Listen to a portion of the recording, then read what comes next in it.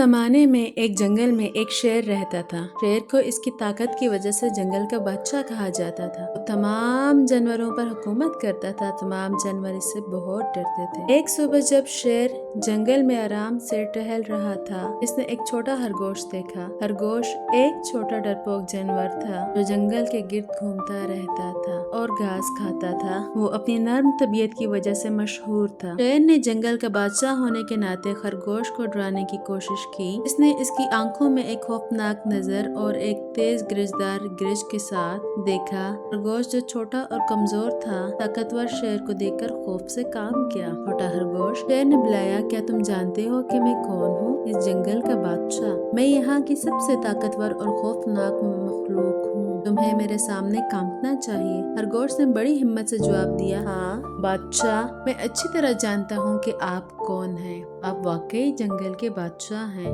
اور میں صرف ایک کمزور خرگوش ہوں، میری جان بخش دیں۔ شیر ننھے خرگوش کے خوف سے خوش ہو کر ایک چھوٹا سا کھیل کھیلنے کا فیصلہ کیا۔ شیر نے کہا، چھوٹے خرگوش، میں تمہاری جان بچاؤں گا، لیکن اس صورت میں جب تم میرے سامنے ہنس سکو۔ اگر تم کامیاب ہوگے تو میں بغیر تمہیں کسی نقصان کے جانے دوں گا، لیکن اگر تم ناکام ہوگے تو میں تمہیں کھا لوں گا۔ خرگوش دل میں بہت خوفزدہ ہوا، لیکن وہ ایک چالاک خرگوش تھا۔ اس نے ایک لمحے کے لیے سوچا اور پھر کہا، بادشاہ سلامت، میں آپ کو ہنسانے کی پوری کوشش کروں گا، لیکن مجھے تیاری کے لیے کچھ وقت درکار ہے۔ شیر نے اس کی بات مان کر اس کو کچھ وقت دے دیا۔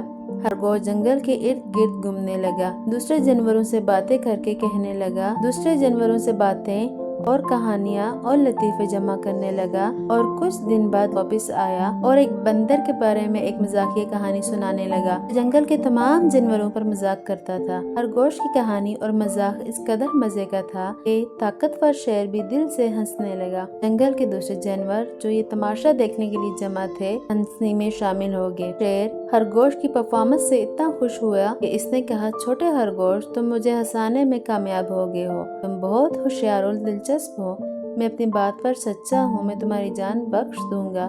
خرگوش نے شیر کا شکریہ ادا کیا اور کود کر بھاگ گیا، اپنے جلدی سوچنے پر شکر گزار ہوا۔ دوسری طرف شیر نے اس دن ایک قیمتی سبق سیکھا۔ اس نے محسوس کیا کہ طاقت اور صرف طاقت وہی خصوصیات نہیں ہیں جو زندگی میں اہمیت رکھتی ہیں۔ کبھی کبھی یہاں تک کہ سب سے چھوٹے اور سب سے زیادہ ڈرپوک مخلوق بھی حکمت اور ہوشیاری کے مالک ہو سکتے ہیں اور احترام کے مستحق ہیں۔ اس دن سے شیر جنگل کے تمام جانوروں کے ساتھ حسن سلوک اور انصاف سے پیش آیا، اور شیر نے ان کی تعریف اور وفاداری حاصل کی۔ جنگل ایک زیادہ پرامن جگہ بن گیا، جہاں ہر مخلوق، چھوٹی ہو یا بڑی، اپنی منفرد خصوصیات کی وجہ سے قابل قدر تھی۔ اور اس طرح شیر اور خرگوش نے جنگل کو سکھایا کہ رحم دلی اور عقل طاقت پر فتح حاصل کر سکتی ہے، اور ہر مخلوق کے پاس پیش کرنے کے لیے کچھ قیمتی